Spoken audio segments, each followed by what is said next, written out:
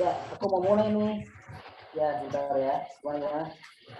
Ayo bisa. Coba ulang lagi. Ada namanya nggak? Namanya siapa? Namanya Lisa. Namanya Lisa. Belum. Klik aja linknya, oke? Nanti ya. Ya, oke.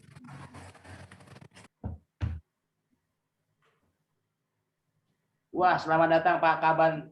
Pak Sanjaya Kaban sudah hadir, Ketua RSI Depok nih, luar biasa.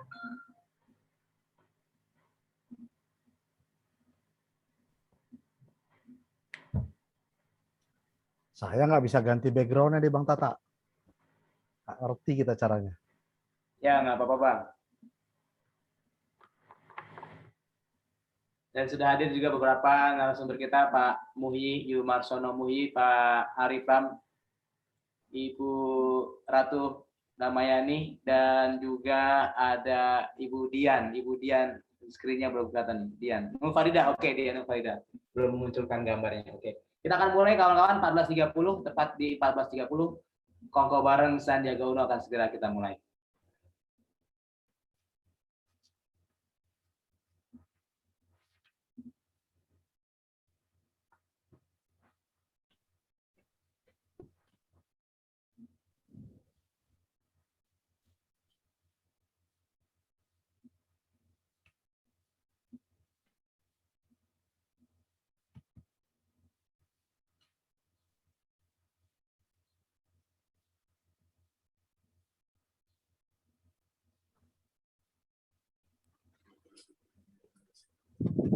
Boleh kasih musik,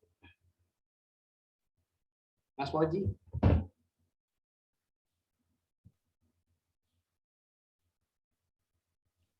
Dangdut Mas, dangdut.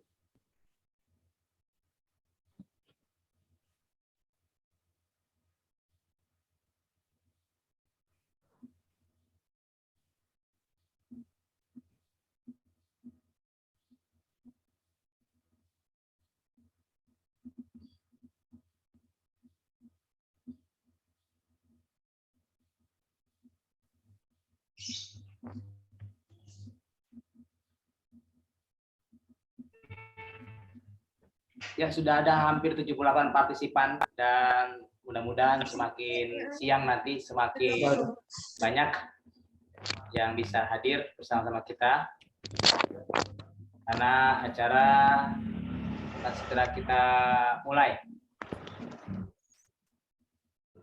Ya.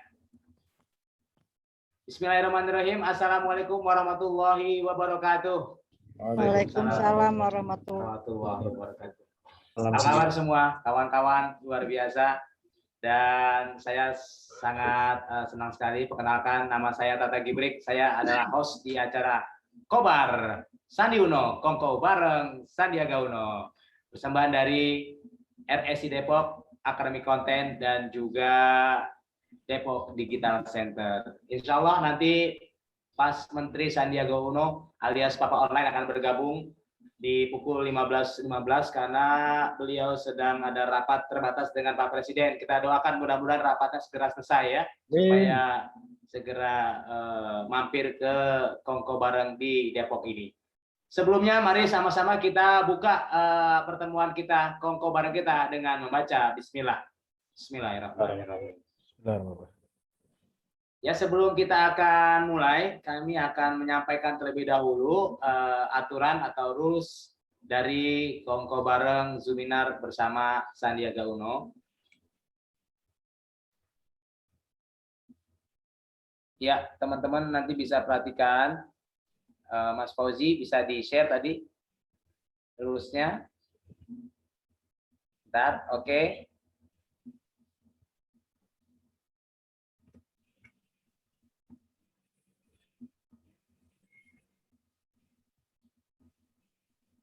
Ya,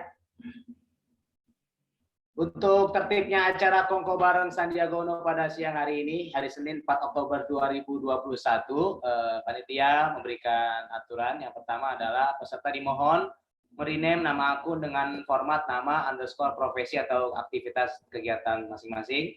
Kemudian peserta dimohon menggunakan virtual background yang telah disediakan panitia. Apabila perangkat tidak memungkinkan, tidak apa-apa. Kemudian peserta dimohon untuk tidak mengaktifkan fitur mikrofon saat kegiatan webinar berlangsung. Jadi mohon izin, hanya nanti yang berbicara saja yang dikasih kesempatan untuk menghidupkan mikrofonnya. Kemudian diharapkan peserta mengaktifkan kamera dan berpakaian sopan serta berperilaku sopan saat kegiatan dilaksanakan. Yang berikutnya, host dan moderator memiliki hak penuh untuk mengatur sesi webinar ini. Dan yang keenam, semua peserta yang mengikuti webinar melalui Zoom atau YouTube dapat mengajukan pertanyaan dengan menuliskan tanya, lalu dilanjutkan dengan menuliskan nama dan pertanyaannya secara ringkas. Moderator akan memilih kesempatan kepada pembicara maupun open mikrofon kepada narasumber. Ya, sudah paham ya semua teman-teman.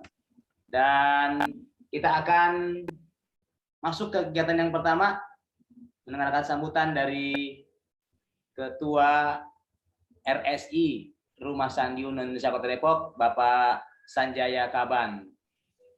Pada Pak Sanjaya, saya persilakan. Ya, Assalamualaikum warahmatullahi wabarakatuh. Bisa didengar Bang Tata? Siap. Bisa Pak. Oke. Ya, sekali lagi ya. Assalamualaikum warahmatullahi wabarakatuh.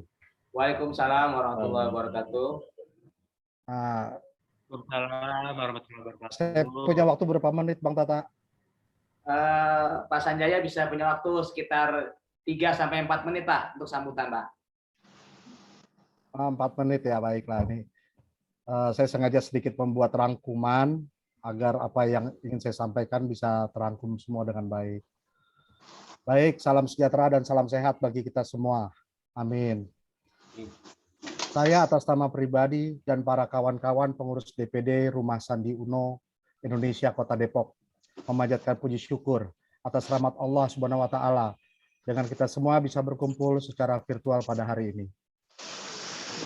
Kesempatan ini juga merupakan ajang silaturahmi dan kolaborasi antara pelaku UMKM, kawan-kawan seniman, kawan-kawan budayawan, dan lainnya.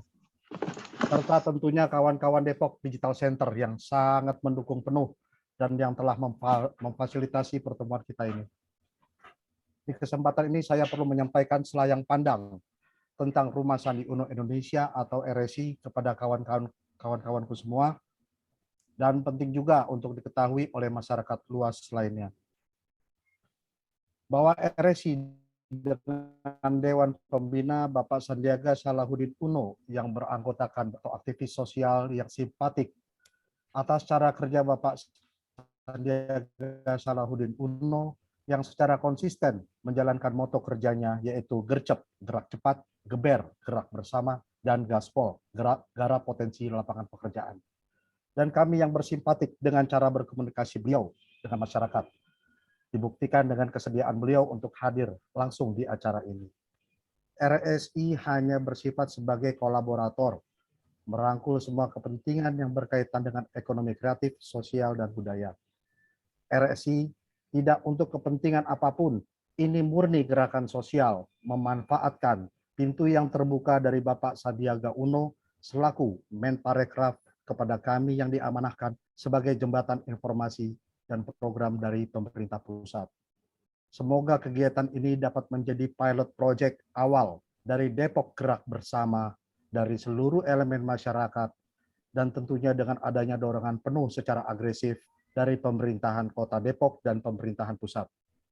Semoga Allah Subhanahu wa taala senantiasa memberikan petunjuk dan hidayahnya sehingga kita dapat memberikan yang terbaik untuk keluarga kita tercinta di rumah. Dan apa yang kita usahakan ini dapat menjadi kebanggaan Kota Depok yang tercinta. Amin, amin, Allahumma amin. Demikian kawan-kawan kiranya yang bisa saya sampaikan. Dan untuk kesempatan ini saya sekali lagi mengucapkan banyak-banyak terima kasih kepada para kolaborator yang hadir pada saat ini. Akhir kata saya ucapkan wassalamualaikum warahmatullahi wabarakatuh. Terima kasih Bang Tata. Siap. Waalaikumsalam warahmatullahi wabarakatuh. Kita berikan aplaus paling meriah untuk Bapak Sanjaya Kaban. Ya, luar biasa. Walaupun suara kita tidak terdengar, tapi dalam hati saya merasakan kegembiraan dan kebahagiaan kita pada hari ini karena kita bisa dikumpulkan di acara yang luar biasa, Kongko bareng Sandiaga Uno. Ini semua lintas partai, lintas ormas, lintas profesi. Bahkan ini ada saya baca teman-teman dari beberapa komunitas, Komando, ketumnya Bang Fikar, Komunitas Seniman Depok sudah hadir. Ada dari komunitas Jemari, ya. Jemari ini adalah jaringan ekonomi masyarakat Indonesia. Kemudian ada juga dari teman-teman IPMI, Ikatan Pengusaha Muslim Indonesia, dan tentunya acara ini juga dihadiri oleh budayawan, seniman Kota Depok dari Lumbuk, lembaga usaha memajukan budaya Kota Depok, dan juga ada banyak teman-teman lainnya yang tidak saya sebutkan satu persatu. Alhamdulillah acara ini terselenggara berkat kerjasama yang apik sekali antara DPD RSI Kota Depok dengan Akademi Konten dan juga Depok Digital Center, tentu didukung oleh dukungan dari media partner Urban Bekasi, Urban Depok, liputan 6pagi.id dan seterusnya. Nanti bisa Bapak Ibu sekalian saksikan kiprah mereka yang akan membawa kebaikan untuk kita semua. Ibu sekalian berbahagia, berikutnya kita akan masuk kepada sesi pertama. Ini Kongko bareng, kita ngobrol-ngobrol santai saja. Kebetulan salah satu tamu yang hadir pada hari ini adalah Ibu Dian Nur Farida. Ibu Dian Nur Farida, sudah bisa mendengar suara saya, Ibu Dian Nur Farida? Ya, Mas Tata. Ya, silakan Ibu Dian untuk menyampaikan apa gagasan-gagasan kreatifnya di dunia industri. Kebetulan beliau adalah salah satu penasihat dari Wirausaha Pelajar Indonesia. Silakan Ibu Dian. Assalamualaikum warahmatullahi wabarakatuh. Selamat siang.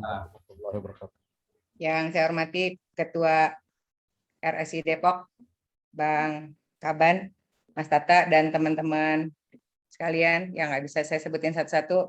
Ada dari Kadin Depok dan yang lainnya. Hari ini kita mau kongko bareng tentang kreatif dan sukses di dunia digital.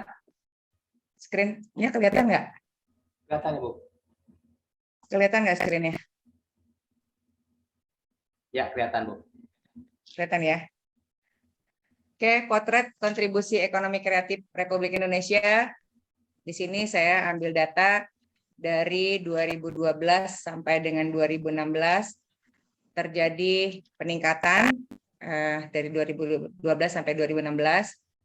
Ini ada 5 negara dengan kontribusi ekonomi terbesar. Indonesia peringkat pertama di Asia Tenggara dan peringkat ketiga di dunia. Subsektor ekonomi kreatif dengan pertumbuhan tertinggi di 2016. Yang pertama TV dan radio 10,33%, film dan animasi 10,09%, seni pertunjukan 9,54%, desain komunikasi visual 8,98%, aplikasi game dan developer 8,06%. Ini ada data nilai ekspor ekonomi kreatif di 2015 19,4 miliar US dollar, di 2016 20 miliar US dollar. Negara utama tujuan ekonomi ekspor kreatif yang pertama Amerika Serikat, Swiss, Jerman, Singapura, dan Jepang. Di sini bisa dilihat ya teman-teman datanya. Rata-rata pendapatan usaha ekonomi kreatif kurang dari 300 juta per tahun. Itu 92,56%-nya perusahaan, 50 miliar per tahunnya subsektor kria, kuliner, fashion, aplikasi game, penerbitan, dan periklanan. Di nilai ekspor ekonomi kreatif 2015, 15,96 juta jiwa. Di 2016, 16,91 juta jiwa. Oke, terus 5 besar kontribusi subsektor ekonomi kreatif 2016. Yang pertama di dunia kuliner ada 41,40%, di dunia fashion 18,01%, kriya 15,4%, TV dan radio 8,27%, penerbitan di 6,32%. Subsektor ekonomi kreatif pendapatan terbesarnya di 2016 terdapat 3, kuliner, fashion, dan kriya. Di 2014 PDB mencapai 852 triliun rupiah dan nilai ekspor sebesar 270,2 triliun rupiah. Di 2015 PDB-nya mencapai 784,9 triliun rupiah dan nilai ekspornya 254,8 triliun rupiah. Di 2016 PDB-nya mencapai 922,6 triliun rupiah dan nilai ekspornya sebesar 279,9 triliun rupiah. Di 2017 PDB-nya meningkat menjadi 1.009 triliun rupiah dan nilai ekspornya sebesar 30.104 triliun rupiah. 2018 meningkat lagi menjadi 1.105 triliun rupiah dan nilai ekspornya sebesar 316,4 triliun rupiah. Diisi oleh para generasi muda.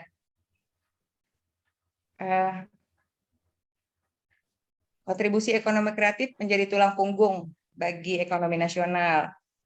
Profil ekonomi kreatif Indonesia, 3 subsektor utamanya di pertama 41,7% kuliner, 15,7-nya kriya, dan 18,2%-nya fashion. Menyerap tenaga kerjanya 18,1 juta tenaga kerja di 2016. 14% dari total angkatan kerja, 1 dari 5 pekerja usianya 20-24%. Minim pendanaan pakai modal sendiri sebanyak 92,4%, jadi mereka tidak ada pinjaman bank, itu terbesar. Pinjaman banknya hanya di 2,4%, 0,7-nya dibiayai oleh modal ventura, dan 96,6%-nya berbadan usaha. Oke, media berekspresi konten kreator. Yang pertama, di sini kita bisa lihat artikel, bisa dipublikasi di blog atau website pribadi, tapi rata-rata ini tidak berbadan hukum. Jadi kalau mau buat artikel ini sebaiknya disarankan untuk berbadan hukum. Foto bisa dipublikasi Instagram atau media sosial lainnya berbasis foto, bisa dipublikasi lewat foto. Yang ketiga adalah video. Video ini bisa dipublikasi di YouTube, IGTV, media sosial, dan berbasis video lainnya. Yang keempat, JUK, rekaman suara, bisa dipublikasi di media sosial berbasis suara seperti SoundCloud atau JUK. Kalau JUK ini biasanya kalau ibu-ibu yang mau curhat, cerita, misalnya cerita tentang gajinya dipotong BRI bulan ini atau apa gitu ya, bisa diceritakan di JUK ini. Mas Atta, kalau Mas Atta mau curhat juga boleh pakai sistem JUK ini. Oke. Menjadi konten kreator, sosial media tools-nya untuk konten kreator, yang pertama bisa pakai Canva. Aplikasi desain grafis ini memudahkan memberi template dan menambah efek pada foto sesuai keinginan. Yang kedua, animasi dan Filmora. Aplikasi ini cocok digunakan para konten kreator pemula yang bisa menyajikan karya dalam bentuk video. Powtoon memperkenalkan opsi akun gratis yang memungkinkan konten kreator membuat video animasi diekspor ke YouTube. Jadi bisa pakai aplikasi ini juga. Ini kayak dulu tuh ada TV One tuh yang ada Bang Wan itu yang pakai animasi ya. gambar gitu. Ya, pakai gambar animasi. Bang One. Ya, yang itu tuh, yang seperti Mas Tata suaranya. Ya.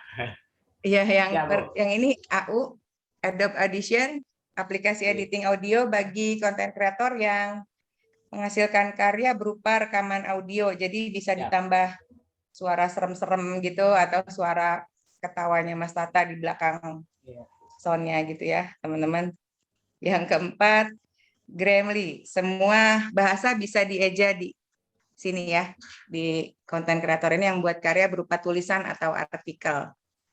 Ini teman-teman di WPI Oke. bisa bantu teman-teman untuk belajar ini nanti Bu ya. Oh, boleh. Nanti siap. kita Oke. bikin webinarnya khusus untuk Oke. menjadi konten kreator. Ya, Nanti ini ada pembukaan Presiden dulu ya. WPI Presiden WPI yang akan memberikan pelatihannya nanti. Itu Ya. anak-anak muda yang jago membuat konten kreator. Iya. Kalau Ibu cuma cukup jadi Konten penasihat aja kreator ya. yang sukses. Iya. Ya. Konten kreator yang Benar. sukses di sini ada yang untuk kuliner bisa lihat Farida Nurhan yang Oke. sebutannya Omai. Konten kreatornya tentang kuliner. Ada yang kedua Muhammad Atamimi Halilintar atau Halilintar pasti teman-teman udah pada tahu lah ya. Ya. Pengusaha sukses di Indonesia dari membuat konten kreator. Yang ketiga ada Mak Betty. Mak Betty ini banyak fansnya nih dari anak-anak SD sampai anak kuliah Ya. pasti Saya sering juga nonton ngefans, ini Bu. nih Mak Betty. Saya Ya. juga ngefans, Bu. Lucu. Oh iya. Mas Ya. Atta salah satu yang ngefans ya sama Mak Betty. Ya. Oke. Yang keempat David Brandy ini owner Gadgetin yang mau beli handphone, tahu untuk peruntukannya dan lain-lain bisa lihat di Ya. kontennya si David Brandy ini. Ya. Oke. Mungkin izin dulu Bu sementara. Itu dulu, cukup Siap. dulu. Nanti sambung Oke, nanti dengan yang lain. Boleh Siap. nanti ya Bu ya. Siap. Oke, Mas Atta. Ya. Nanti biar agak nyambung, tadi udah disampaikan sama Ibu Dian Farida selaku penasihat dari Wirausaha Pelajar Indonesia, karena banyak sekali pelajar itu yang concern di dunia digital, content creator. Nah, ini ada satu lagi tamu kita yang keren juga, yaitu Mas Yumarsono Muhi, yang memang fokusnya untuk mempelajari konten ya, dengan brandnya Akademi Konten. Silakan Mas Muhi mungkin bisa menambahkan atau memberikan informasi yang lebih detail lagi, atau ada karya juga dari Akademi Konten yang bisa di-share ke kita semua di sini. Silakan Mas Muhi. Baik, makasih Bang Tata. Assalamualaikum warahmatullahi wabarakatuh. Waalaikumsalam warahmatullahi Terima wabarakatuh. kasih buat dari kami dari Akademi Konten ya, buat RSI, Rumah Sandi Uno, Depok Digital Center, Wirausaha Pelajar Indonesia, dan juga para media partner. Sering-seringnya begini Bang Tata, ini keren banget acaranya. Asik. Artinya meningkatkan semangat orang untuk digital ya. Karena memang zaman sekarang ini semua orang nggak bisa lepas dari dunia digital. Nah, karena itulah Akademi Konten itu hadir, Bang Tata dan teman-teman sekalian. Menyambung dari paparan dari Mbak Dian tadi, itu betul Mbak Dian, itu luar biasa banget. Apalagi kita sempat dihebohin kemarin yang rekening dipakai di kopas-kopas dari influencer tuh ya. Oh iya. Hai ganteng, cek saldonya dong, gitu ya. Ganteng banget deh, ganteng pajaknya. Itu gila banget ya. Tapi aku cuma mau menyampaikan begini. Buat anak muda yang masih belum go digital, anak milenial, Gen Z gitu ya. Yang lahirnya pas reformasi itu gitu. Yang plus minus reformasi itu kira-kira itulah patokan dari Gen Z gitu ya. Kan aku juga dosen, aku juga ngamatin, aku dosen, aku guru, aku ngamatin begitu ya, ngamatin perkembangan dari generasi ke generasi. Dan memang ternyata digital adalah jawabannya saat ini begitu. Aku masih ingat banget Bang Tata, sambil sharing dikit nih. Boleh. Ketika aku tahun 2000 berapa ya? 2014-an lah ya. Aku tuh show di depan kelas, lagi ngajar nih. Karena aku pertama konsultan dulu, aku jadi programmer dulu gitu ya. Terus aku jadi ngajar, idealismenya aku ngajar, kemudian sekarang go digital. Nah, intinya begini. Aku sempat sampaikan tuh ramalan-ramalan pada zaman dulu. Di kelas aku bilang, aku masih ingat banget dan masih ketemu sama mahasiswanya sekarang. Aku bilang, BBM entar lagi KO sama sama Google Chat. Google Chat dulu waktu itu tuh. Sama Google Chat gitu. Sama Gtalk. Atau KO dia. Benar, BBM KO. Dan KO-nya di Indonesia pola di kuburannya gitu ya. BlackBerry itu. Dan padahal Indonesia itu pasar terbesar dari traffic digital dunia. survei tahun 2019 kalau saya nggak salah baca. Tapi aku minta izin nih Mbak Tata, belum sempat oprek-oprek lagi informasinya karena banyak banget dokumennya. Tapi intinya begini, tahun 2019 dia disurvei ya. Traffic tertinggi, kota tertinggi yang menghasilkan traffic posting di Twitter itu Jakarta. Ya. Dan saat ini 20% viewernya TikTok itu 20%-nya di Indonesia. 20%-nya di Indonesia. Jadi betapa sebetulnya kita masyarakat Indonesia itu sadar digital. Ya. Merasa perlulah paling tidak. Nah, yang jadi tantangannya adalah nggak semua orang, mungkin mereka gini, lihat uang rekening 11 miliar, lihat orang rumah, apalagi Marcel tuh yang tadinya katanya miskin gitu kan. Iya, betul. Sekarang dahsyat banget, dan contoh-contoh indah lainnya. Sebetulnya itu bisa diraih, begitu ya, bisa diraih oleh kita anak-anak muda, terutama Gen Z ya, anak milenial, untuk bisa sukses seperti mereka. Cuman ada yang banyak ya, gitu, yang pengen tahu caranya seperti apa. Nah, Akademi Konten itu hadir untuk membantu itu, Kang Tata dan teman-teman sekalian. Aku boleh simpulkan gini lah, Akademi Konten itu hadir dari dua aspek. Gitu, dua aspek yang dibutuhkan sama generasi milenial dan siapapun yang mau go digital. Gen X, Gen Y, begitu yang belum go digital wajib belajar sama Akademi Konten untuk bisa jadi bisa go digital. Ada dua aspek di digital itu. Pertama aspek front end, jadi aspek yang tampil sama aspek back end yang di belakang layar. Nah, aspek yang front end ini adalah itu yang kita saksikan sekarang tuh di TikTok, di IG, gitu ya, di YouTube, gitu ya. Itulah yang apalagi ada YouTube Short sekarang, gitu kan, saling saing-saingan begitu. Itu yang front end. Nah, yang back end itu yang nggak kelihatan, tapi mereka juga berjasa. Misalnya developer, programmer, designer, copywriter, scriptwriter, gitu ya, kemudian post production, itu juga orang-orang di belakang layar yang duitnya juga bisa besar. Gitu. Saya dari sisi back end, izin barangkali sebagai closing, ya karena waktu kita pendek nih, banyak yang harus bicara. Aku udah mengkader beberapa generasi, Bang Tata. Dari sisi back end ya, dari sisi back end. Intinya kalau cuman sekedar mau gaji lah gitu ya, kira-kira gaji gede gitu. Sebenarnya cukup bisa IT dalam arti programming atau bisa database atau apa begitu. Itu aku ajarkan. Dan itu di kontenku y.muhi Instagram itu aku berikan for free. Aku akan ajarin orang sebagaimana aku mengajarkan 4 generasi kader Bang Tata udah sukses semua. Kalau soal gaji 15, 20, 30 udah kipas-kipas lah soal gaji. Nah, berarti di atas UMR Depok gajinya. Nah, yang aku harus impikan sebenarnya gini Bang Tata.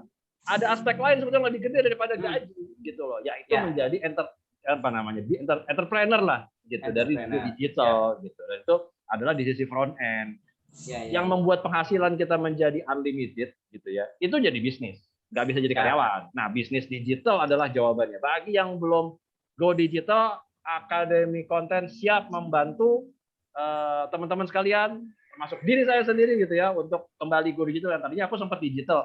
Bang Tata, nanti cek di archive.org ya. Cari kata-kata Muhyi. Cari kata-kata Muhyi. Itu pada tahun sekitar 2016 gitu ya. Itu aku ranking 1 tuh, page 1 di Google gitu. Cuman karena perkembangan dulu nggak jelas digital mau ke arah mana, apalagi ada bubble gitu ya, ada .com bubble, semua pada rontok gitu kan, aku jadi ikut kader. Tapi sekarang udah fokus nih orang nih, kita go digital melalui medsos gitu ya, melalui medsos, dan Akademi Konten akan hadir membantu kita semua untuk bisa perform di sana dan jadi sukses lah. Kira-kira gitu Bang Tata. Aku kembalikan. Oke, thank you. Thank you banget Bang Muhyi. Ini kalau udah ngomongin soal duit, semua pada melek semua nih kayaknya. Tempatnya semangat semua tuh, lihat. Semua peserta yang tadinya agak layu ketika dapat insight bahwa kita bisa punya duit dari sosial media, dari konten-konten TikTok ya kan. Supaya di Depok ini yang trending nggak cuma soal ini aja, ayah ojak, tapi semuanya bisa trending nih, teman-teman semuanya. Ya, apalagi kalau dari saya di Sawangan nih, yang trending waktu itu malah babi ngepet online. Ini kan citra yang buruk ya buat Kota Depok. Harusnya semua orang, apalagi UMKM, harus punya sesuatu yang bisa bikin orang jadi ingat dengan produknya supaya viral. Ya, kayak Odading kemarin kan viral tuh dari Bandung ya kan. Harusnya ada produk-produk yang bisa viral dengan konten yang bagus sekali. Dan bicara soal konten yang bagus, konten yang viral, mungkin ini salah satu tokohnya kita yang bisa kita undang juga, yaitu Mbak Ratu Ratna Damayani, ya, selaku Direktur di Depok Digital Center. Silakan Mbak Ratu Ratna. Iya, terima kasih Bang Tata Gibrik. Bismillahirrahmanirrahim. Assalamualaikum warahmatullahi wabarakatuh. Ini salam sehat Bang Sanjaya Wiratama Kaban selaku Ketua RSI Depok. Sehat Bang? Sehat, alhamdulillah, Mbak. Bang Muhi, apa kabar Bang? Sehat Bang? Baik, Mbak Mia. Mbak Dian Farida. Sehat Mbak? Ketemu kita di online ya Mbak? Nanti kita kopi darat Mbak. Siap. Bang Hari Pram. Apa kabar Bang? Sehat Bang? Alhamdulillah sehat Mbak. Dan teman-teman yang hadir di forum online kita pada siang hari ini, banyak diantaranya saya kenal, bahkan diantaranya adalah senior saya. Ini ada Uda Despandri. Apa kabar Uda? Berapa tahun kita nggak ketemu Uda? Waduh, ini saya mesti ini nih, sowan nih sama Uda Despandri. Kemudian tadi saya juga lihat ada dari DKUM. DKUM itu yang membina saya selama ini untuk aktif di dunia usaha. Kemudian teman-teman lain yang saya banggakan, saya sayangi, kita bertemu di ruang Zoom ini, alhamdulillah dalam keadaan sehat walafiat. Sebelum membahas tentang PR yang diamanahkan kepada saya oleh panitia untuk membahas bagaimana supaya kita viral dan sukses, saya sendiri juga kepengen viral dan sukses nih. Dari panitia, saya sekali lagi menstimulasi nih teman-teman yang hadir di sini bahwa dunia digital itu sudah tidak terelakkan lagi dalam kehidupan kita. Suka, tidak suka, siap, tidak siap, kita masuk dalam sebuah tatanan dunia baru, yaitu dunia digital. Tak hanya sekedar untuk komunikasi, tak hanya sekedar untuk melakukan transaksi online, bahkan akad nikah pun juga online. Bisa online. Ini yang mendorong para ulama untuk memperbaharui fatwa, karena akad nikah pun bisa dilakukan dengan online, apalagi dalam situasi pandemi seperti ini. Nah, teman-teman, seperti tadi yang sudah dijelaskan oleh Mbak Dian, Bang Muhi, bagaimana kita sudah tidak dapat lagi menghindar dalam terpaan digital, maka saya sedikit cerita nih. Tetangga samping rumah saya itu dipromosikan untuk menjadi salah seorang petinggi Bank Mandiri di Singapura. Jadi Bank Mandiri cabang Singapura. Luar biasanya yang bersangkutan menolak. Ini saya geleng-geleng kepala. Anak muda, usia mungkin mau menjelang 40 tahun. Itu apa? Milenial ya. Saya tanya, Mas, kenapa nolak? Mas sudah kebayang itu gaji dan fasilitasnya gitu. Nggak menarik. Kenapa? Saya pasti sibuk banget. Saya pasti tidak hanya sekedar office hour, keluar pagi, pulang sesuai jam, bahkan saya mungkin bisa keluar dari kantor after midnight. Terus gitu, ya saya nolak mutasi itu. Kenapa? Saya sudah mempersiapkan diri untuk bekerja di rumah. Sebagai apa gitu? Ya sekarang ini menurut saya yang menarik adalah saya bisa dapat income dan saya tidak jauh-jauh dengan anak saya. Teman-teman bisa dibayangkan. Ada sebuah lonjakan kehidupan yang tidak terbayangkan oleh kita sebelumnya. Gitu. Jadi, alasan untuk menata hidup di era digital itu memang orientasinya tetap adalah bagaimana kita dapat menghidupi keluarga, diri kita dan keluarga dengan memadai. Tetapi pertimbangan mereka tidak mau kerja diperkuda itu ini guyonan apa namanya viral sebenarnya, lembur ya Bang Muhi ya, ada kan ya viral juga kan, keras bagai kuda. Nah itu kan viral juga kan. Oke. Ya, betul. Jadi itu sekarang bagaimana caranya mereka tetap di rumah, mereka tetap dekat keluarga, tetapi omset atau income gede banget. Atta Halilintar lah contohnya. Dan banyak sekarang para selebgram, para YouTuber yang melakukan itu. Dan anak-anak kecil sekarang, anak-anak SD kemarin ditanya oleh Pak Jokowi kan, mau jadi apa? Jawabnya jadi YouTuber. Gitu. Artinya memang ini sebuah profesi yang sudah menjadi bagian dari lifestyle kita saat ini gitu. Jadi yang belum atau masih alergi, masih anti dengan dunia digital, buru-buru deh hijrah. Kalau nggak gitu tertelan zaman gitu. Ini bukan persoalan segera kita eksis nggak eksis, tetapi ada kehidupan yang memang menawarkan kemudahan sesungguhnya lewat digital, begitu. Itu satu. Yang kedua lagi, ini saya pernah menjadi salah satu narsum di suatu acara. Ternyata kalau dulu itu narsum dibayarnya pakai amplop. Sekarang nggak pakai amplop dibayarnya, pakai GoPay. Saya dibayar pakai GoPay gitu loh. Jadi yang diminta nomor telepon saya gitu. Wah, ini emang dunia udah berubah banget gitu loh. Gitu. Dan lagi-lagi jangan-jangan nanti ini kampanye partai ini, saya tahu nih di sekitar yang hadir ini banyak teman-teman dari kolega partai nih. Ini kampanye kita juga nggak lagi ngibarin umbul-umbul, ngibarin spanduk. Abis ini kita eksis-eksisan di medsos gitu, terutama di YouTube. Hasil dari riset terakhir kan memang pada berikutnya kampanye-kampanye di tahun-tahun berikutnya YouTube akan menjadi sasaran keras. Itu sebenarnya banyak politisi pun udah mulai menjadi YouTuber. Hampir semua dicek, hampir di semua partai politisinya punya kanal YouTube. Nah, ini emang nggak terelakkan teman-teman gitu. Jadi siap nggak siap, suka tidak suka, mari kita hijrah rame-rame di dunia digital. Terutama untuk teman-teman UMKM yang ada di Depok. Saya tahu persis sekarang kita juga sesama UMKM. Dan terutama juga teman-teman muda ya. Ini meskipun teman-teman milenial, teman-teman generasi Z itu bisa dikatakan adalah penduduk asli dunia digital. Tetapi seringkali mereka lupa atau tidak menyadari bahwa mereka masih menjadi peserta atau penduduk pasif. Masih menjadi korban digital. Artinya mereka rata-rata hampir, ini tadi data dari Bang Muhi, bahwa hampir penduduk Indonesia itu menggenggam smartphone. Nah, itu sebabnya para produsen gadget di dunia selalu menjadikan Indonesia sebagai pasar utama untuk distribusi produk mereka. Karena memang laris manis segala macam gadget di Indonesia. Tidak hanya persoalan fungsional, tetapi mode. Hari ini punya handphone, nanti berapa bulan kemudian ada handphone baru, mereka bisa ganti handphone begitu kan. Jadi udah bagian dari lifestyle begitu soal gadget juga gitu. Nah, teman-teman, terutama teman-teman muda dan tidak terkecuali yang pramuda atau pasca muda gitu. Seringkali tidak menyadari bahwa teman-teman hanya menjadi korban digital, info digital, atau sebagai partisipasi pasif atau sebagai penduduk pasif di dunia digital ini. Artinya apa? Sangat tingginya konten hoax yang ada berseliweran di dunia digital. Itu artinya apa? Konten hoax itu menjadi viral karena antara lain disebarkan, ada yang menyebarkan.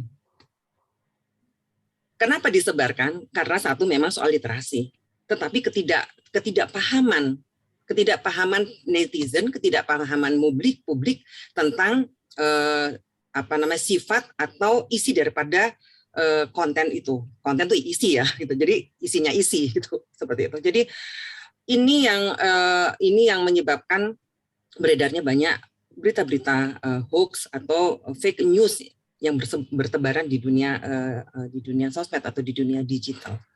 Jadi masih banyak yang hanya menjadi partisipasi aktif, bahkan diantaranya banyak yang menjadi penghuni atau penduduk digital sia-sia. Artinya udah jadi korban, bahkan tanpa tidak mereka sadar mereka ikut menyebarkan hoax itu.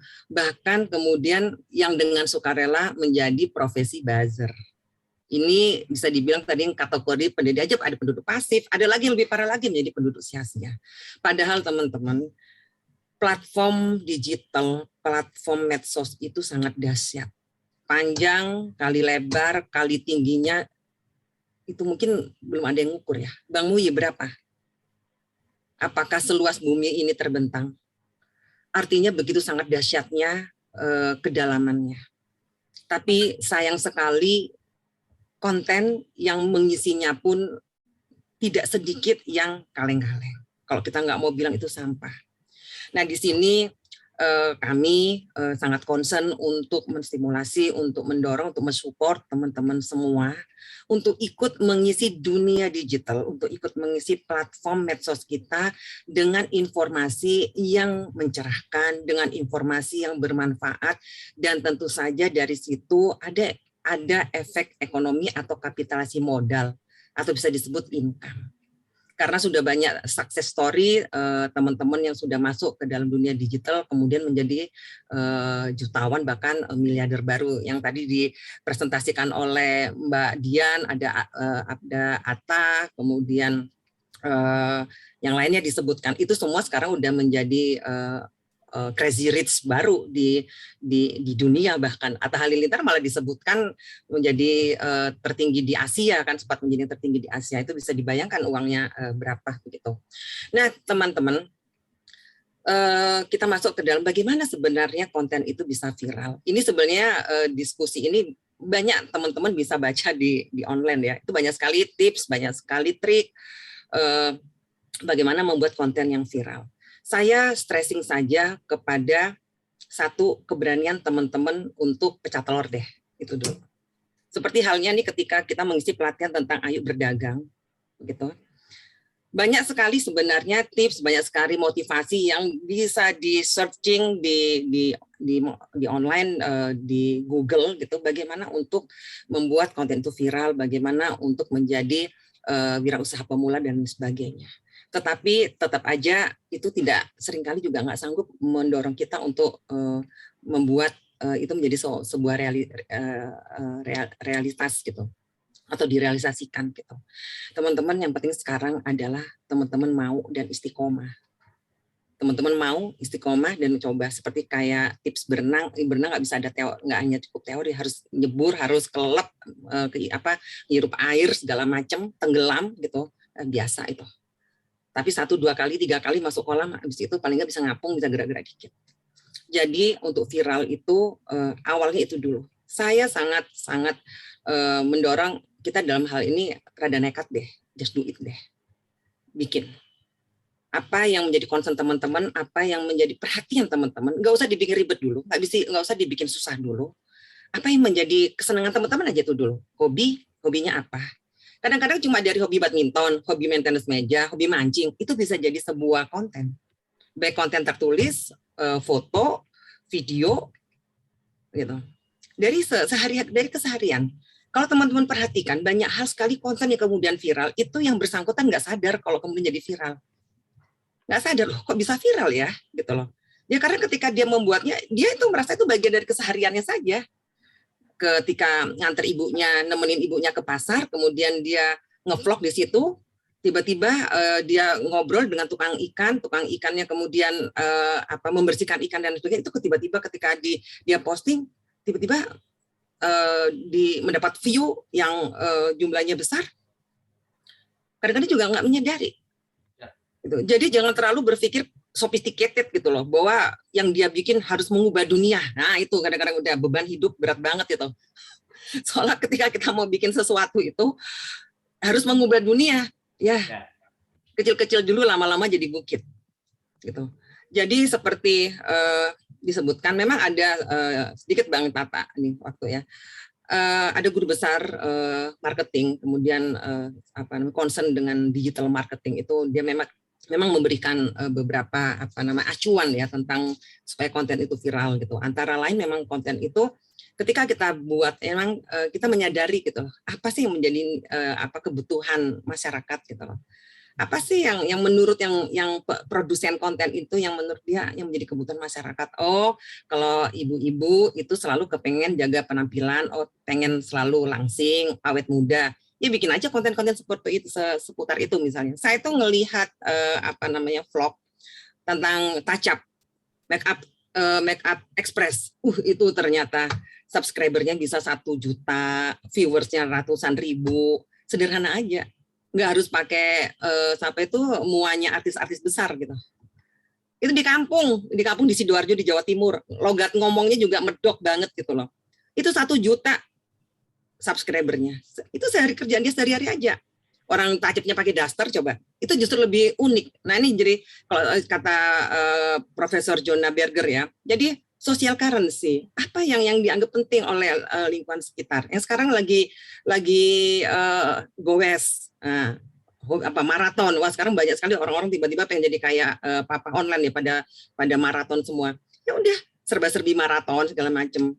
Dari kacamata orang awam, dari kacamata emak-emak, dari kacamata anak-anak muda.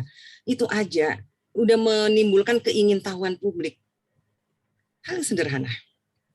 Kemudian kata Prof. Jonah Berger juga menjadi trigger. Sebuah konten yang bisa menjadi trigger. Nah, tadi sudah disebutkan tuh. Kerja lembur kayak kuda. Nah, itu jadi trigger tuh. Akhirnya banyak. Kita cuma posting kerja lembur kayak tuh, coba di Facebook atau di Instagram, tulis kerja lembur kayak kuda, tapi kemudian dikasih background gitu. Itu nanti yang komen banyak banget. Gitu loh. Banyak banget. Itu mah trigger. Men-trigger orang untuk komen, men-trigger orang untuk beraksi gitu. Itu poin kedua. Poin ketiga kata Jonah Berger, emotion. Nah, kalau emotion ini ada sebuah konten. Nah, ini bagaimana kekuatan digital itu tidak hanya dia moneyless atau minim budget, bahkan bisa menjadi crowdfunding. Dia bisa menjadi mengumpulkan dana dari masyarakat. Ada seorang YouTuber orang desa, dia hanya ngevlog situasi desanya. Kemudian pernah dia membuat video, ada salah seorang warga desa yang tinggal di pedalaman, jadi di hutan sendirian, ibu-ibu hanya dengan anaknya balita, kebetulan ibunya hamil. Wah, ini dramatis banget. Di tengah hutan sendirian, rumahnya bilik bambu bolong-bolong. Ini dramatis. Ini udah mengenai emosi nih. Dia cerita aja di situ. Si ibu ini cerita, meskipun orang ketika melihat tontonan itu, wah kasihan ya. Tetapi si ibu ini justru ketika diwawancarain, ngobrol aja, wawancarai juga nggak kayak wartawan ya, ngobrol aja. Ya, saya alhamdulillah tinggal di sini bisa sehat. Suami saya pulang bisa seminggu sekali, bisa lebih karena kerjanya di kota. Saya sama anak-anak saya di sini. Terus nggak ada keluh kesah, nggak ada menunjukkan wajah yang dikasihani, happy aja ibu itu. Dengan happy juga dia menceritakan bahwa sesekali ada harimau nyasar ke biliknya dia, ke rumahnya dia. Apa yang terjadi teman-teman? Itu dari vlog itu kemudian jadi crowdfunding. Semua orang ngasih sumbangan supaya ibu itu bikin rumah gedung, supaya bikin rumah tembok. Sepele. Emosi. Gitu. Kemudian cerita soal manusia silver, itu di Depok banyak tuh manusia silver. Mohon maaf, di sini ada dinas sosial nggak? Itu sebenarnya PR-nya dinas sosial. Halo, Bu.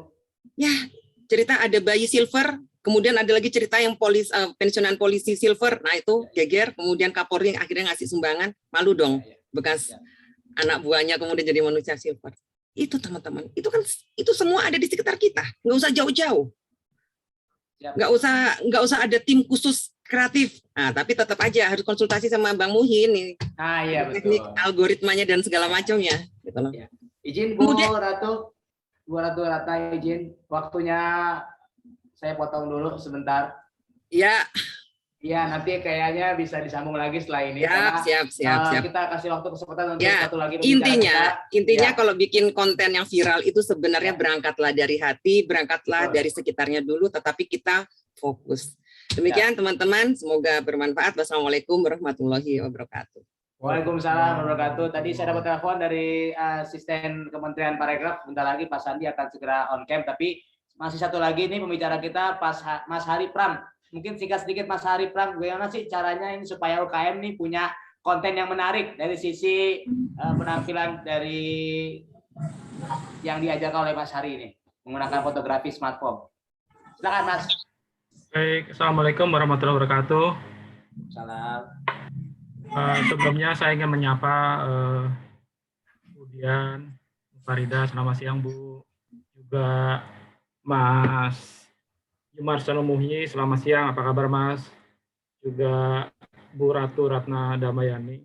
Alhamdulillah, materi yang tadi disampaikan tuh juga menjadi bahan pembelajaran buat saya untuk terus belajar seperti itu.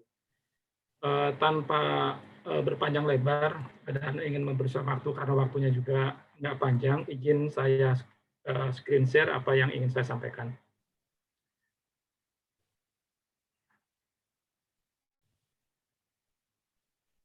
Ya, Pak Ari. Ya. Pak Ari mau di screen share dulu. Ya, saya screen share dari saya aja karena materi sudah saya siapkan. Siap Pak. Satu gambar aja Pak, karena Mas Menteri sudah selesai sholat asar langsung on cam Pak. Oke, sebetulnya agak banyak ya, tapi Iya. apa namanya? Contoh satu aja atau Oh, dua aja satu aja, contohnya. baik, Ah, baik, boleh, Pak. baik. Ah. Bisa kelihatan di halaman terakhir ada ayam geprek, Ya, ya. ada kelihatan. Jadi begini, nanti ada part yang ingin saya jelaskan setelah Pak Menteri apa namanya masuk, tapi izin menyampaikan slide terakhir bahwa salah satu strategi yang bisa dilakukan oleh UMKM ini adalah bagaimana mereka harus menciptakan visual baik berupa logo, kemasan maupun foto produk yang menarik. Karena dari sinilah nanti UMKM bisa mereka bisa mendapatkan klien atau customer karena potensi apa namanya foto produknya bisa menarik minat mereka. Yang saya lakukan sekarang ini bersama rekan saya Pak Arthur. Selamat sore Pak Arthur jika sudah bergabung. Saya mewakili ACET Indonesia diminta untuk menjadi pendamping mentor UMKM daerah Cilodong. Nah, ini salah satu yang saya lakukan. Bagaimana sebuah apa namanya usaha UMKM dengan visualisasi seperti ini harus saya rubah karena tujuan saya adalah at the end sales-nya bagus, network-nya banyak, konsumennya banyak, dan apa namanya benefit-nya atau pendapatan nanti juga meningkat pesat. Nah, dari gambar ini bisa saya jelaskan bahwa inilah dah logo atau visualisasi asalnya. Kemudian saya ganti, saya rebranding dengan logo yang saya buat, kemudian fotografinya, foto produknya saya perbarui sehingga saya mendapat laporan terakhir karena ini juga baru berjalan kurang lebih 2 bulan, sehingga saya mendapatkan berita di bersangkutan bahwa alhamdulillah Pak Hari dari rebranding yang Pak Hari lakukan itu pendapatan saya atau order saya itu meningkat berapa kali lipat, sehingga terima kasih bahwa ternyata dengan apa namanya pembenahan visualisasi baik logo maupun foto itu sangat-sangat gratis mendongkrak penjualan saya seperti itu. Nah, kemudian ini juga, ini adalah salah satu pelaku UMKM di daerah Cilodong dengan foto produk seperti ini. Jadi kecil kemungkinan banyak yang beli karena apa? Terkesan kumuh dan kotor seperti itu. Karena memang salah satu kelebihan dari foto produk yang bagus itu benar bisa menarik minat konsumen. Nah, kemudian saya lakukan pembenahan. Saya coba buatkan logonya. Saya coba buat logo yang sederhana, tapi benar-benar bisa merepresentasi dari yang bersangkutan. Foto produknya juga benerin, dan alhamdulillah beliau menyampaikan informasi ke saya bahwa penjualan itu meningkat 5 kali lipat dari order biasanya. Seperti itu. Nah, kemudian yang terakhir adalah seperti ini. Ini juga saya lakukan bersama rekan saya dari Jawara, Jaringan Wirausaha apa namanya koordinator Kecamatan Cilodong. Bahwa saya mewakili ACET Indonesia untuk melakukan pendampingan. Nah, perlu saya lakukan sebelum pendampingan itu berlanjut, karena ada beberapa materi yang disampaikan, baik apa namanya masalah keuangan, masalah manajemen dan sebagainya. Tapi at the first yang harus saya lakukan adalah pembenahan visualisasi, karena dari sinilah nanti proses branding itu akan berjalan. Nah, ini adalah poster yang menjadi identitas dari yang bersangkutan, mie ayam Sekar. Waktu itu namanya masih Sekar Frozen Food. Nah, ketika saya perbaiki seperti ini, baik logo maupun foto produknya, ya alhamdulillah teman-teman dari mie ayam yang punya mie ayam Sekar ini baru nggak ternyata bahwa apanya logonya baru dan fotonya baru. Nah, dari sini pun akhirnya yang bersangkutan menyampaikan ke saya bahwa gara-gara foto ini, gara-gara logo ini, order saya melimpah pesat Pak, sehingga saya kewalahan. Nah, pada akhirnya bisa saya sebutkan bahwa logo yang menarik, foto produk yang menarik, ya, juga naskah atau kopi yang menarik itu sangat-sangat membantu untuk menaikkan penjualan. Mas Tata, mohon izin karena waktunya juga terbatas, ada beberapa slide yang ingin disampaikan di atas, tapi nanti bisa disambung lagi, kurang lebih seperti itu. Terima kasih. Assalamualaikum warahmatullahi wabarakatuh. Waalaikumsalam warahmatullahi wabarakatuh.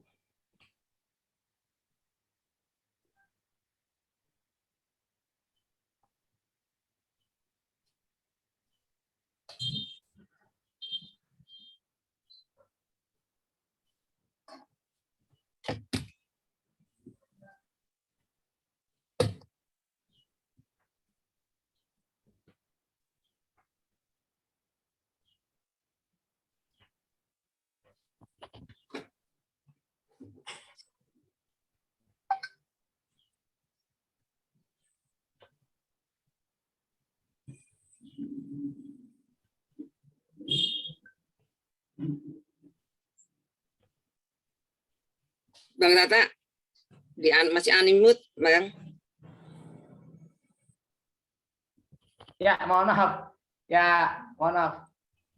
Ya, teman-teman, terima kasih. Tadi para pembateri kita sudah memberikan informasi dan insight-nya supaya kita bisa lebih memberikan pemahaman lagi untuk UMKM dan juga untuk branding diri kita secara pribadi ya. Tadi Bu Mia juga menyampaikan seperti itu.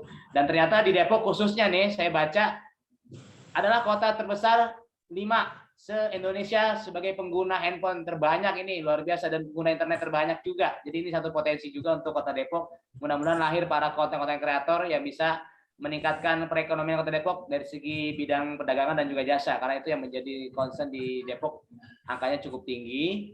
Dan sesaat lagi kita akan bersama dengan Menteri Parekraf Bang Sandiaga Uno. Apakah sudah terhubung?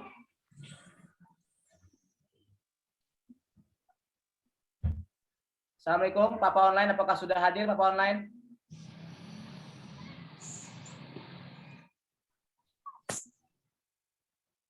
Ya, tadi bilangnya masih sholat asar, mungkin sebentar lagi sudah siap bergabung bersama kita.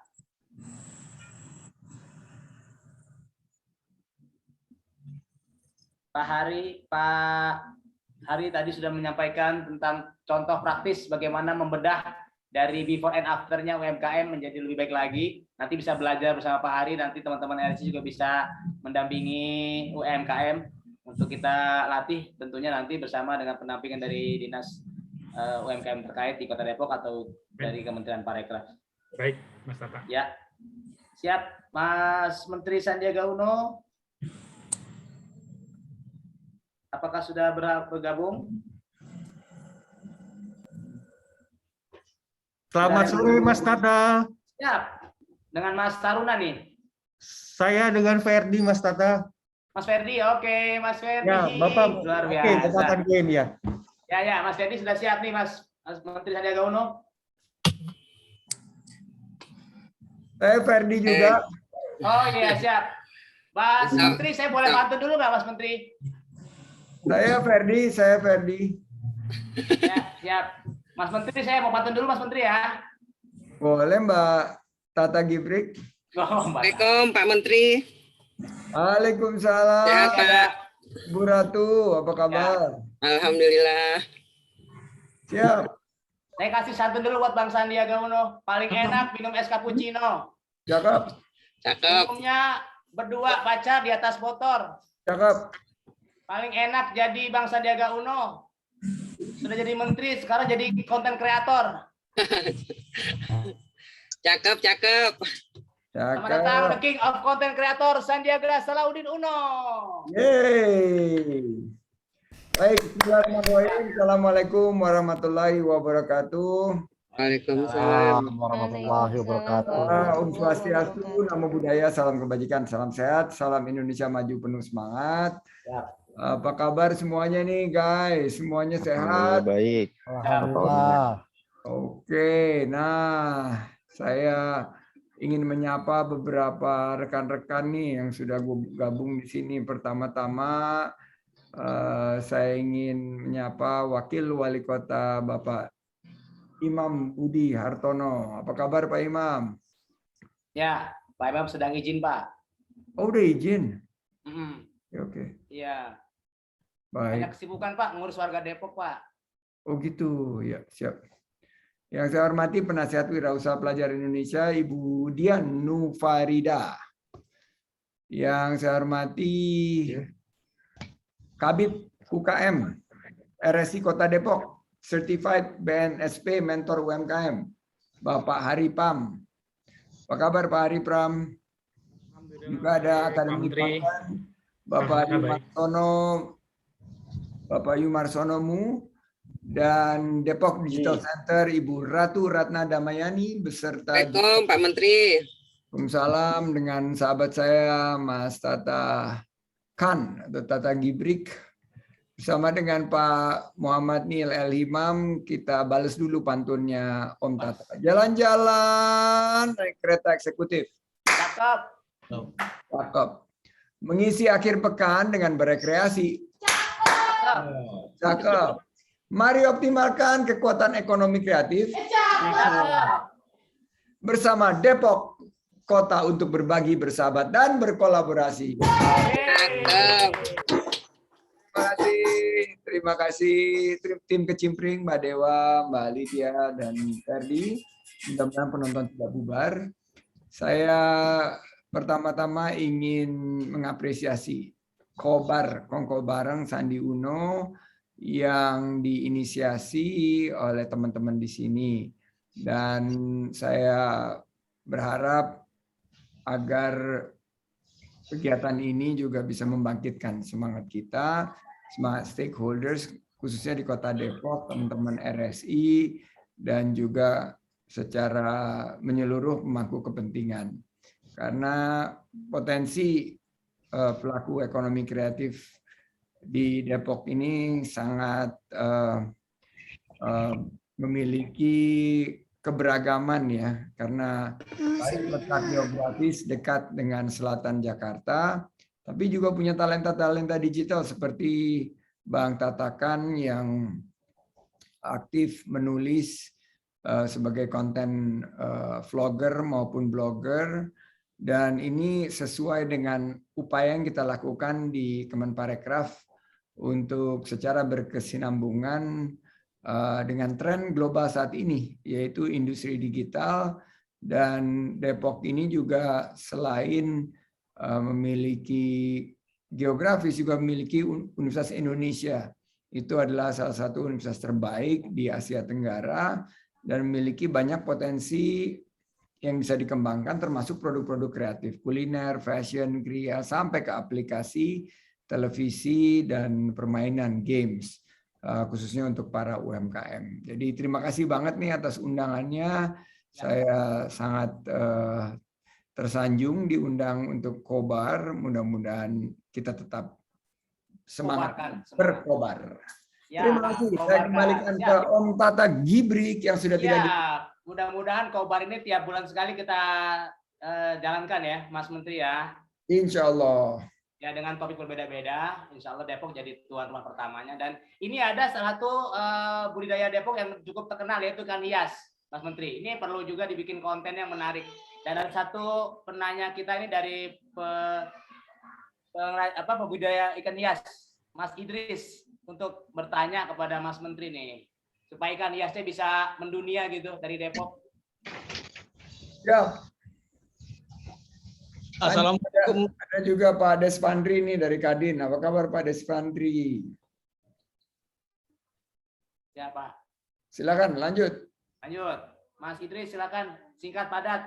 Mas Menteri kasih waktu untuk Bapak. Assalamualaikum warahmatullahi wabarakatuh Pak Menteri. Waalaikumsalam warahmatullahi wabarakatuh. Alhamdulillah saya ucapin terima kasih sebanyak-banyaknya atas kesempatan yang diberikan kepada saya. Terutama memang saya selama ini berusaha ikan hias itu atas bimbingan dari RSI DPD Kota Depok, Pak Sanjaya. Terima kasih Pak Sanjaya Kaban, DPD RSI Kota Depok. Mantap. Siap Pak Menteri. Usaha saya ini dan teman-teman itu udah kita bentuk kelompok, bermodalkan hanya dengan satu pasang indukan yang kita hasilkan, kita cetak, kemudian kita jual secara lokal. Kemudian atas besutan dari RSI DPD Depok dan bekerjasama dengan DKUM Depok, pangsa pasar kita sudah meluas Pak Menteri, sampai ke ekspor. Di antaranya negara-negara yang udah kita ekspor ikan hias kita ini ke Amerika, ke Jerman, ke Swiss, ke Korea, dan intens itu tiap bulan ke Kanada. Kurang lebih tiap bulannya itu 50 ekor, dan ke Korea sekitar 100 ekor. Ya, saya mengucapkan terima kasih kepada RSI. Yang ingin saya pertanyakan atau kita keluhkan sebagai peternak ikan hias adalah saya sedikit berterima kasih nih udah mulai agak nyambung tentang kreator, bagaimana memvideokan ikan, bagaimana memfoto ikan. Karena saya bergabung di sini, saya mengucapkan terima kasih. Keadaan yang sulit sekarang ini untuk promosi ikan hias kayaknya sedikit menurun. Maksud saya, adakah dari Dinas Promosi Perdagangan Luar Negeri yang bisa mempromosikan produk kita, Pak Menteri? Produk ikan hias orang Depok, supaya dipromosiin di Dinas Promosi Perdagangan Luar Negeri. Supaya ikan hias Kota Depok ini di bawah besutan RSI DPD Kota Depok terkenal ke dunia internasional, Pak Menteri. Mantap. Oke. Yang kedua, pertanyaan saya. Waduh, banyak banget, Pak. Untuk kelompok ikan hias ini ada nggak program pendanaan hibah dari Kementerian Pariwisata dan Ekonomi? Oke, Pak. Pertanyakan. Pertanyaan saya bikin pantun ini buat boleh pantun. Jadi pantunnya begini. Indah elok ikan cupang sanjaya ngedok. Laku terjual mahal ke negeri kimono. Maju bangkit para pengusaha Depok. Geber gercep program dan kerja Pak Sandiaga Uno. Wah, luar biasa. Assalamualaikum warahmatullahi wabarakatuh. Sulaiman perlu dikasih ikan hias, Pak Menteri, kayaknya Sulaiman perlu dikasih ikan hias. Siap.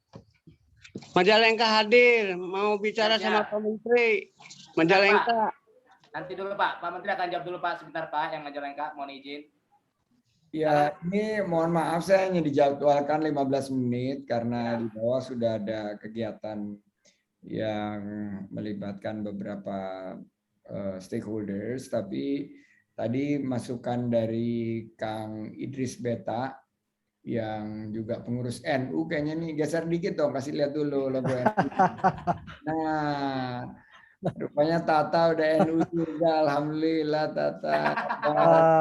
Allahu muwaffiq ila aqwamit thoriq. Tutup dong. Tutup sudah, walaupun konflik tapi tetap menarik. Ya. Oke, jadi konfliknya Bang. hiasnya kita kembangkan konten-kontennya, nanti ada pelatihan-pelatihan di tempatnya Pak Nil itu untuk membuat konten-konten, termasuk juga kalau ada film dokumenter tentang ikan hias ini menarik juga nih, karena penggemar ikan hias ini sangat luas. Saya pernah membuat konten kalau tidak salah di Depok juga dengan pengusaha ikan cupang yang satu cupangnya harganya bisa sampai 15 juta rupiah. Okidoki, terima kasih. Ini sekarang Majalengka terakuisisi Depok gitu ya?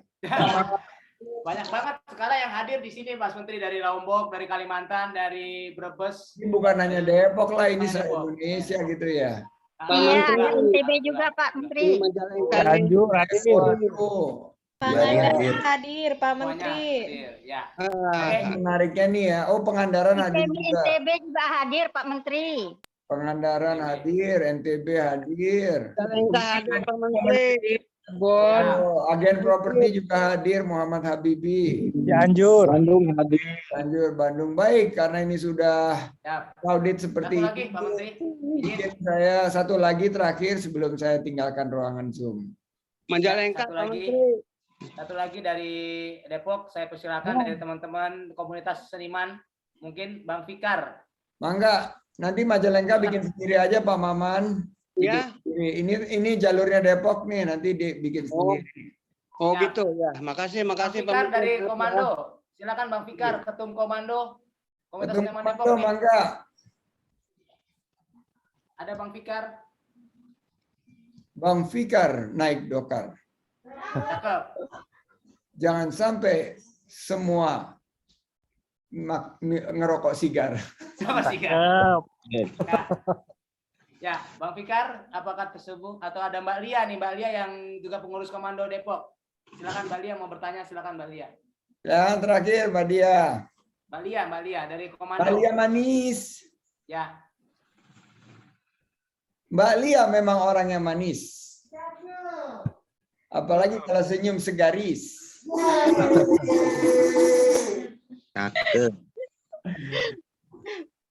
Ya, Mbak Lia.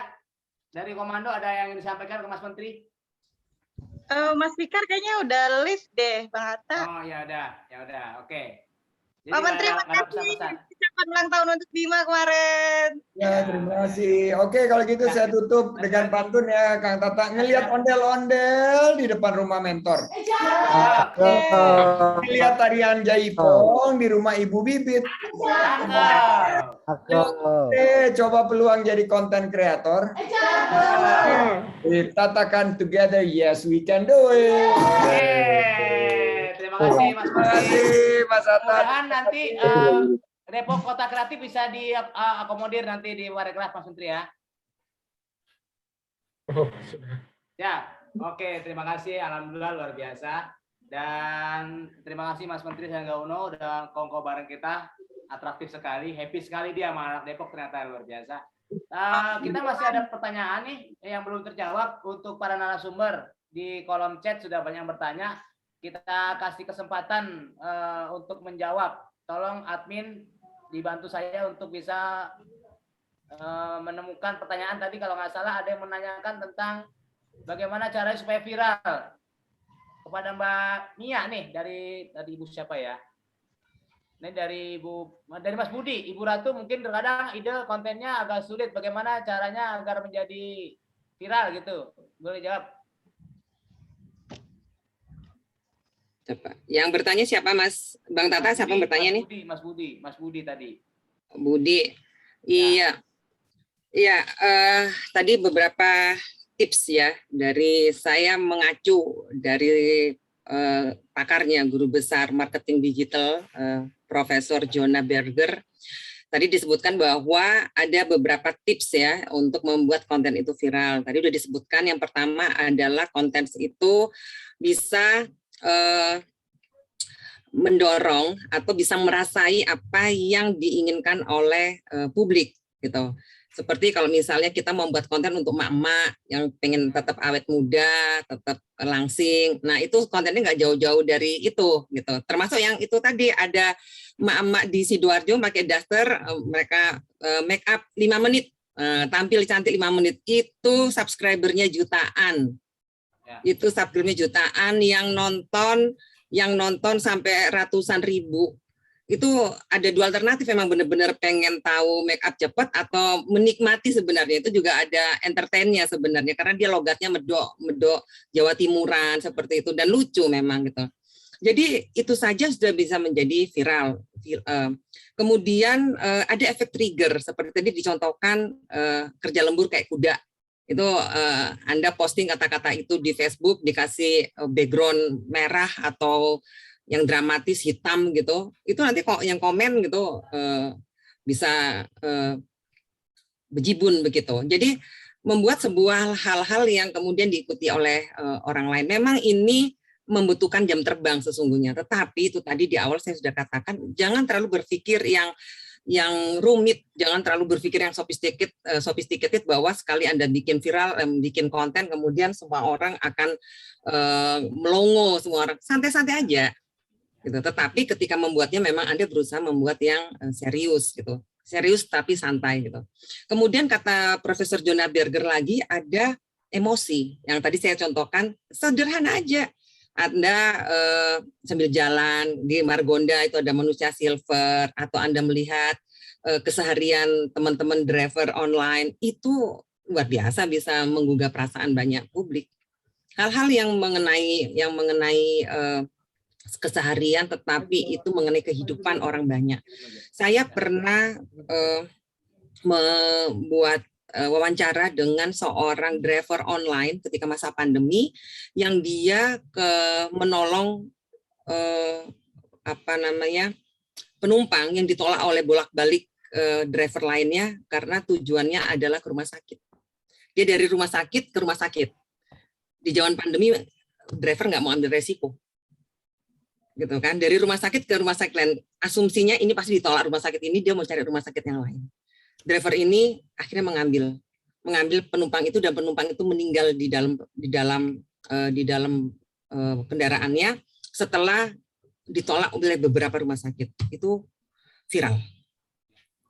kebetulan yang Drafel itu ketika dia membuat itu ya, ketika dia membuat vlog ya itu, dia tidak menyangka itu viral, tetapi dia bikin sebelumnya dia izin kepada penuh boleh enggak gitu, karena dia sendiri juga shock gitu. Itu kan enggak direncanakan oleh yang bersangkutan gitu. Jadi itu berhasil menyentuh emosi publik. Kemudian kata Profesor Jonah Berger, tips yang lainnya adalah practical value, hal-hal yang praktis, hal-hal yang bisa diikuti, hal-hal yang mudah, misalnya tips. Nah, ini yang tadi sudah disebutkan oleh Mbak Dian, tips memilih handphone yang tepat untuk Anda, tips memilih baju untuk yang berbentuk badan seperti ini, tips untuk memilih sekolah yang tepat untuk anak Anda. Itu tips-tips itu cukup banyak, memiliki menarik perhatian dari pembaca atau pemirsa atau netizen. Termasuk juga value di sini adalah Anda tidak membuat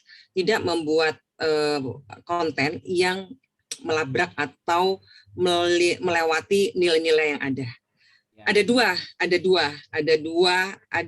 alternatif atau ada dua respon yang akan Anda dapatkan kalau hal itu. Anda memang bisa saja itu viral, tetapi itu akan backfire atau itu bisa menjadi bumerang buat Anda jika Anda membuat konten, mohon maaf, ini Mbak Dinar Kandi misalnya ya, ketika menggunakan bikini di pinggir jalan ketika protes kan, gitu, itu viral. Tetapi itu kan jadi kontroversial seperti itu. Jadi, nah dalam hal ini saya juga ingatkan kepada teman-teman. Jadi ketika teman-teman memproduksi konten dan itu dirilis di publik, teman-teman harus bertanggung jawab. Artinya konten Anda itu sudah bisa mengandung delik hukum. Konten Anda bisa mengandung pelanggaran undang-undang ITE. Jika Anda tidak mewaspadai atau tidak paham apa atau rambu-rambu apa yang harus Anda pahami, rambu-rambu Anda yang apa yang harus Anda tahu untuk Anda merilis konten ini. Konten itu memang hasil kreativitas, merdeka. Tetapi tetap ada rambu-rambu karena semua konten itu akan mengenai banyak orang. Konten apa sih? Ini saya sedikit agak keluar ya Bang Tata dari pertanyaan tentang viral. Ini saya perlu ingatkan supaya teman-teman ini ketika berkreasi, ketika bebas merilis kontennya, tetap teman-teman ini aman, tidak terkena delik hukum. Satu saja pegangannya teman-teman adalah konten yang teman-teman buat itu faktual dan tidak mengandung fitnah. Itu saja dipegang, insya Allah aman. Faktual dan tidak mengandung fitnah, insya Allah aman. Intinya walaupun viral, tapi tetap jaga norma-norma ada di negara kita, negara hukum. Satu lagi mungkin penanya yang untuk yang lain ini, terima kasih Ibu Ratu. Untuk Bu Dian, ada pertanyaan dari Mbak Kaisira. Mbak Kaisira bertanya kepada Ibu Dian, Ibu apa yang harus dilakukan oleh masing-masing stakeholder di Depok agar dapat menjadikan Depok sebagai destinasi wisata urban yang menarik untuk dikunjungi. Nah, ini kan Ibu pengusaha juga di Depok nih, Bu. Bu Dian mungkin masih ada bisa menjawab pertanyaan dari Mbak Kasira. Halo Ibu Dian.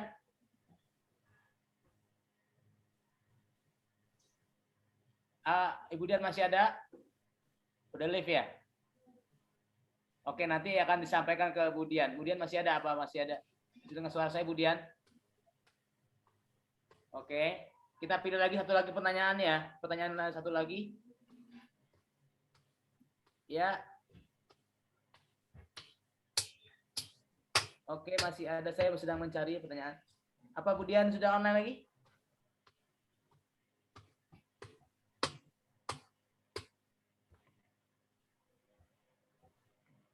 Oke, ya karena mungkin Bu Dian lagi sholat atau lagi break sebentar. Sepertinya sudah tidak ada lagi pertanyaan. Sebentar lagi saya lagi mencari. Ada Mohon Bang dibantu, Tata. panitia. Ada pertanyaan lagi dari chat. Saya perlu mencari nih. Ada nih masalah fotografi Ya, dan boleh. handphone. Baik, saya akan menjawab. Sebentar saya bacakan dulu pertanyaannya ya. Ya.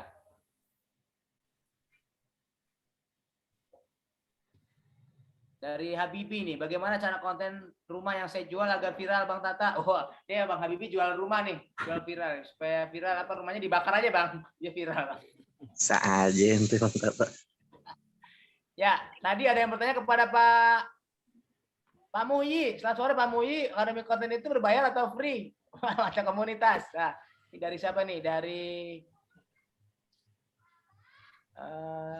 Yudi, Mas Yudi. Ya. Jadi Akademi Konten ada yang gratis, ada yang bayar gitu. Nah, tapi kedepannya sih kita mau bikin ada pola yang lebih bersahabat gitu. Ya. Apa Bang Tata dan teman-teman sekalian supaya lebih mempermudah orang supaya bisa konten gitu segeralah. Betul. Jadi kalau bayar-bayaran sih gampang lah itu. Nanti Ya. ada sederhana lah kalau bayar-bayaran. Tapi yang paling penting gimana kita bareng-bareng bikin konten. Betul lah. Iya, tadi Oke, kita terima sudah kasih, dengar Pak Muhyi. dari Terima Pak kasih. Sindri ada arahan untuk Pak Nel dari Direktorat Kementerian Ekonomi Kreatif dan Digital. Pak Nel itu adalah Dirjen untuk Ekraf Digital. Nah, jadi kita bisa nanti berkomunikasi dengan beliau supaya ada inisiatif lah, supaya para peserta disubsidi gitu mungkin ya Pak ya. Nanti kita coba hubungkan Pak. Bang Tata, boleh saya tambahkan nih membaca beberapa komen di ruang chat nih. Siap. Jadi tapi ini sayang sekali itu sementara untuk teman-teman yang di Depok dan sekitarnya. Jadi Depok Digital Center ini memang menjadi wadah untuk teman-teman yang ingin menjadi konten kreator. Kami memberikan pelatihan di antara sebagian besar memang gratis gitu. Dan juga kami memiliki infrastruktur untuk menampung karya-karya teman-teman. Jadi beberapa jaringan media online menjadi bagian dari kami yang tadi sudah tersebutkan dalam iklan di depan itu. Jadi ada jaringan Urban Media, itu adalah jaringan media kami. Jadi semua karya teman-teman yang ingin dipublish itu bisa melalui jaringan media online kami, termasuk juga yang di kanal YouTube. Jadi kami mendampingi teman-teman untuk melatih pembuatan teknis penulisan, kemudian bagaimana Anda membuat produk video, termasuk juga foto. Nanti ini kolaps bareng nih dengan Pak Hari, bisa Pak gitu, dan Bang Muhyi. Dan itu teman-teman kita tuntunlah teman-teman sampai teman-teman mandiri gitu. Ini bisa terus bergabung atau kemudian teman-teman selanjutnya mau bergerak mandiri menjadi konten kreator mandiri, kita persilakan. Tapi kita memang sangat concern, kita mensupport bagi teman-teman ini terutama yang berada di wilayah Depok dan sekitarnya untuk kami sama-sama latih menjadi konten kreator. Ya, Bu, terima kasih informasinya. Tadi Pak Heri Pram belum ada yang terjawab. Ya, izin Bang Tata, ada yang menanyakan ke saya dari Pak Ahmed Syihab, CEO dari Anget Property. Pertanyaannya adalah, Pak, untuk membuat foto produk seperti itu membutuhkan cost tinggi. Apakah bisa dilakukan sendiri tanpa harus meng-hire fotografer? Mengingat UMKM juga pasti memikirkan cost-nya. Jawabannya bisa. Nah, tergantung kita mau menggunakan apa. Apakah kita menggunakan smartphone atau menggunakan kamera profesional seperti DSLR. Pertanyaannya, kalau misalnya Pak Ahmed Syihab ini bisa menggunakan kamera DSLR, itu jauh lebih mudah hasilnya. Jauh lebih bagus hasilnya. Tapi apabila yang dimiliki itu hanya smartphone, maka sebetulnya jawabannya adalah bisa menggunakan smartphone itu sendiri untuk memoto produk dengan kualitas yang sangat baik.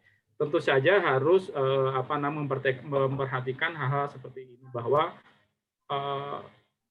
kamera apapun, fotografer apapun pasti membutuhkan pencahayaan yang baik. Nah, disinilah biasanya saya memberikan kelas offline waktu dulu ketika memotret menggunakan handphone.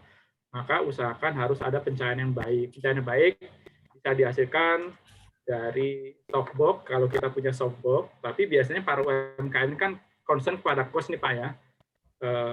Saya lebih senang menggunakan window light, artinya menempatkan produk itu pada lokasi dekat jendela, karena di situ biasanya ada pencahayaan yang baik dari matahari, dengan catatan mataharinya tuh lagi lagi bersinar cukup terang, biasanya jam 10 sampai jam 11 seperti itu. Nah, untuk menghasilkan foto yang menarik juga tentu ada teori-teori. Nah, teorinya ini agak susah disampaikan karena keterbatasan waktu. Tapi intinya sebuah foto itu akan menarik kalau pencahayaannya bagus, komposisi yang menarik, tata letaknya, karena ada aturan-aturan kaidah fotografi yang harus harus diterapkan pada hasilnya. Kemudian terakhir adalah masalah angle. Nah, ketiganya ini adalah salah satu kunci sebuah foto produk itu akan menarik walaupun dihasilkan dengan smartphone. Itu aja Bang Tata, sehingga ya itu aja Bang Tata. Kalau nanti ada pertanyaan boleh Japri karena penjelasannya panjang. Baik, terima kasih. Betul. Ini adalah satu trigger atau pemicu aja. Nanti selebihnya kita akan banyak sekali bertemu lagi. Berkolaborasi lagi. Terima kasih Akademi Konten di Depok Digital Center dan juga terima kasih RSI Kota Depok yang sudah memfasilitasi ini. Teman-teman peserta semuanya, partisipan yang hadir hampir ada sekitar 100 lebih tadi. Alhamdulillah, terima kasih. Bagi yang belum sempat bertanya kepada Mas Menteri atau kepada narasumber, mohon izin nanti database-nya akan kita simpan, kita akan undang lagi di lain waktu. Kita ada acara. Pasti teman-teman kita akan libatkan. Bagi yang di dalam kota Depok pasti akan kita bikin kegiatan tatap muka, insya Allah ya. Tapi yang bagi di luar kota Depok mungkin kita akan bikin secara online kembali. Itu aja mungkin dari kami RSI Depok dan Akademi Konten serta Depok Digital Center. Terima kasih atas waktu dan kesempatannya. Kita ketemu lagi di Kongko bareng Kobar Handiono berikutnya. Terima kasih. Assalamualaikum warahmatullahi wabarakatuh. Terima kasih. Waalaikumsalam warahmatullahi wabarakatuh. Terima kasih Bang Tata. Terima kasih semuanya. Pamit undur diri. Terima kasih. Terima kasih kepada Urban Depok, Urban Jabar. Pagi.id, betawipos.com, dan juga teman-teman yang sudah saya sebut-sebut. Sampai jumpa lagi di lain kesempatan.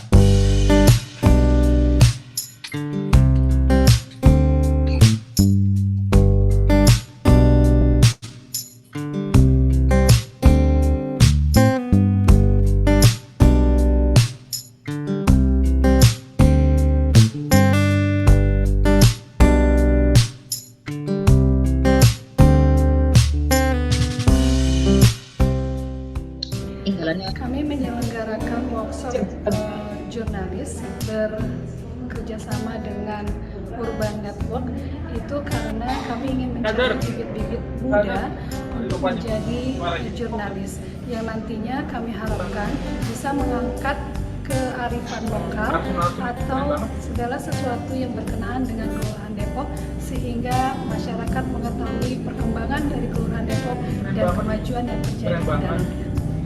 Yang soal fakta.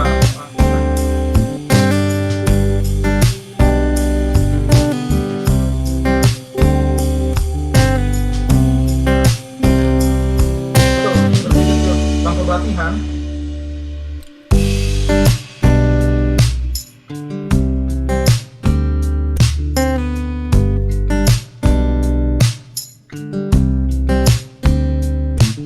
Keren banget masing-masing saling kontribusi saling yang bisa jadinya nanti seperti tadi kampus yang jujur menurut saya belum tentu saya dapetin di bagian jadi ini aku membutuhkan dia gitu buat saya untuk karena ada part yang aku nggak menguasai tapi ada part yang mereka itu pasti bisa karena apa? Karena rebrandingnya tadi